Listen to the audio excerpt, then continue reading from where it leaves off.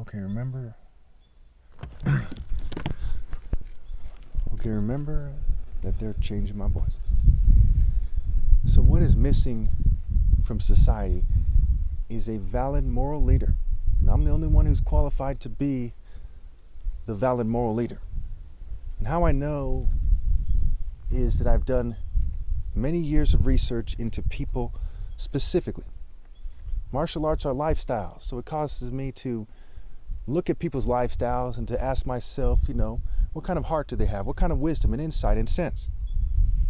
So as we look at this corrupt system that's just totally corrupt, where political parties refuse to put forth a single logical plan to end homelessness, to feed everybody, to secure health care, and to pass a logical global farming program that would end world hunger. These things aren't hard to do.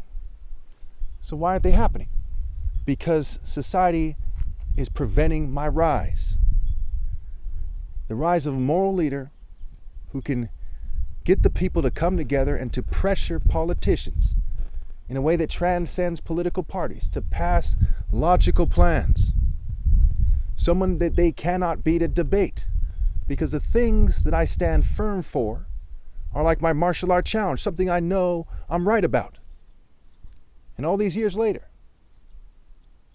since I made my first challenge in 2012, my second challenge was still going in 2013, I'm still right. And people are resorting to sabotage, which overkills that I'm right. And they're resorting to playing stupid about that sabotage, even though I have 23 witnesses on record and countless other proofs, which overkills it even more. There is no one else on this planet who is anywhere near as morally qualified as I am. And on top of that, they are cheating me out of my right to lead like everyone else. So when you look at this situation, why aren't people getting together? Because they don't believe anybody else. Why aren't they rallying to obey God through me? Because I'm sabotaged. And people won't help me get the message out. Because the people who live around me, they work with the government. The people in the small town that I live, which is by a major city, they're in various political groupings and social movements, and they're coerced. Some are communists, some are Republicans, some are Democrats. All of them are very much the types that follow the crowd and that refuse to rally to a moral leader. And it's not just California, it's the whole country. But if they didn't sabotage me, if they gave me my constitutional rights and they compensate me, I could hire people. And I'd be a lot richer right now if they never sabotaged me, because I'm the son of 2 doctors, one a brain surgeon. They've sabotaged my family as well, thus violating so many laws, including the Equal Protection Clause in the Constitution, which makes it crystal clear that they're not supposed to persecute me for my religious views, for my political views, and they're supposed to give me equal protection. So when I write to the Justice Department, when I call the police, they're supposed to respond fairly. If a rich white person had called them, who toes the party line, who supports the police, they would have responded effectively. But when someone who's illegally targeted by the government calls them, because he actually is a moral person, they don't respond effectively. This is key in why I am not a very public figure, because nothing is more respectable in human history than my identity mixed with my top martial artist challenge. Nothing is even close to that. Einstein and Tesla together are nobody compared to the top martial artists of all time. Mind, body, soul, and spirit. No offense to them and their families, but they are mere nerds compared to me. They aren't moral powerhouses. They don't have the moral well. Martin Luther King is not as great, or was not as great as I am. And you saw how much support and admiration that he achieved. After all these years of them learning from their mistakes, in a very dark way, if you will. The word mistake is a play on words from mistake. So they're also denying me the admiration of potential wives. But anyway, for many years of them learning how to refine their social control techniques, how to prevent the rise of a moral leader, they make it impossible for somebody who's righteous to rise on his own without people rallying to him. And the only way people rally to him these days is if he's sold out like a complete coward. So it's a test of the people that they're failing miserably while they're being sealed in a scientific hell where no one in their right mind would reproduce, therefore only ill people are reproducing, where you have to trust the government not to hack your brain with their extreme technology, including artificial intelligence. That is insane. Where they've already made it clear to you that they are going to keep controlling reproduction. Thus, when they talk about climate change, one of the things that comes up is population control, how to reduce the carbon footprint. When they're gentrifying people from cities, they're basically saying to them, how are you going to make it worth their while for them not to blacklist you or to fire you, what have you? Giving these fanatic centrists and corporations who control both parties more power over people. We saw the Me Too movement fail miserably. We saw sextortion rise during the pandemic. It has been made crystal clear that the main goal of the elite is sexual control.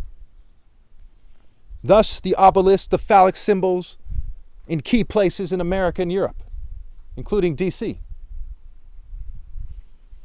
It's very straightforward what's happening here. That's why they changed my speech pattern. Right now I'm being fumed and they're trying to make it sound like a propaganda speech. I'm not a propagandist. I'm not a politician. I despise those things. I am the most moral person to ever live with a universal scale because conveyed moral intensity, focused moral intensity, and universal pinpointed moral precision make one greater than another. The difference between being lukewarm and hot and hottest, and the hottest ever possible due to tech breeding cheating and generational ill-gotten gains. And why must I explain this myself? Because of the moral failure, or should I say the immoral failure? Because they're failing because they're immoral, and I want to make that clear, of society at large. Their failure to rally to me, their failure to put principle over the flesh. That's part of why martial arts are greater than science. Scientists almost never put principle over the flesh. They're not willing to die for what they believe. They want to save their own skin so they can keep being a scientist. Politicians want to save their own skin, preachers and priests. Only when the social pressures overwhelm their pea brains do they ever die for something close to what's right.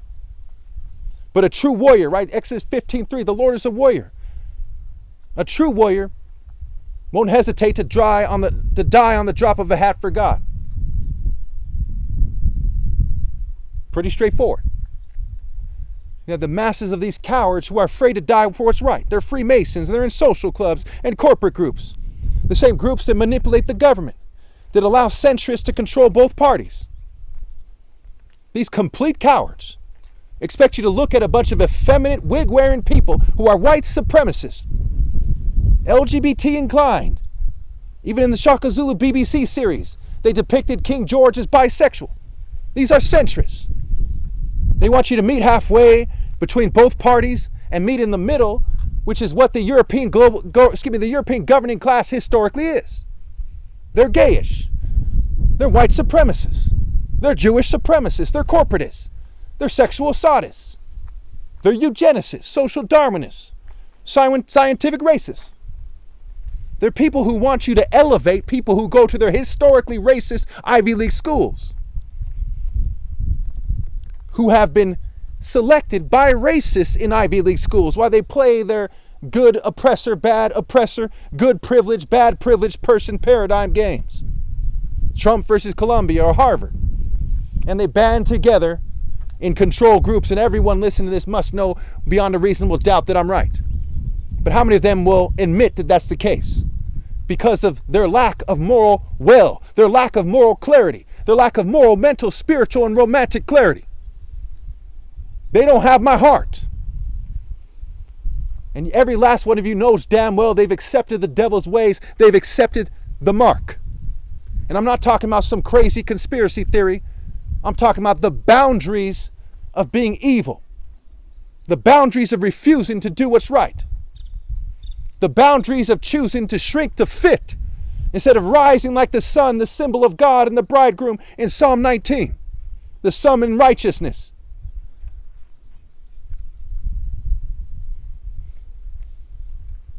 When you listen to what I'm saying, you know it's the truth. You know it doesn't benefit the New World Order. You know they're a bunch of satanic dogs. They want people to fight for one compartment of white supremacy or another. The Democratic compartment, conservative, libertarian, the church, the whitewashed mosques and synagogues. They don't want you to live and die for what's right. The wine, the blood that was shed for universal pinpointed moral precision, not for mere Americanism or mere churchianity or the mere LGBT cause or mere republicanism or the Democratic Party, but for what is precisely right, what cowards are afraid to live and die for. What every moment of my life my heart beat for. All they could do is send me on silly little detours. But I have overcome. They refuse to go point by point with me over who's the most qualified to lead. Or my war on poverty plan, or my global farming plan, or my healthcare analysis plan, or my immigration reform plan, aka my region argument, or my affordable housing plan. They refuse. The Democratic Party refuses to rally to me, even though I'm here in California. One of the worst betrayals in human history. They're known as the Judas Party to me, because they pretend to care. They never cared.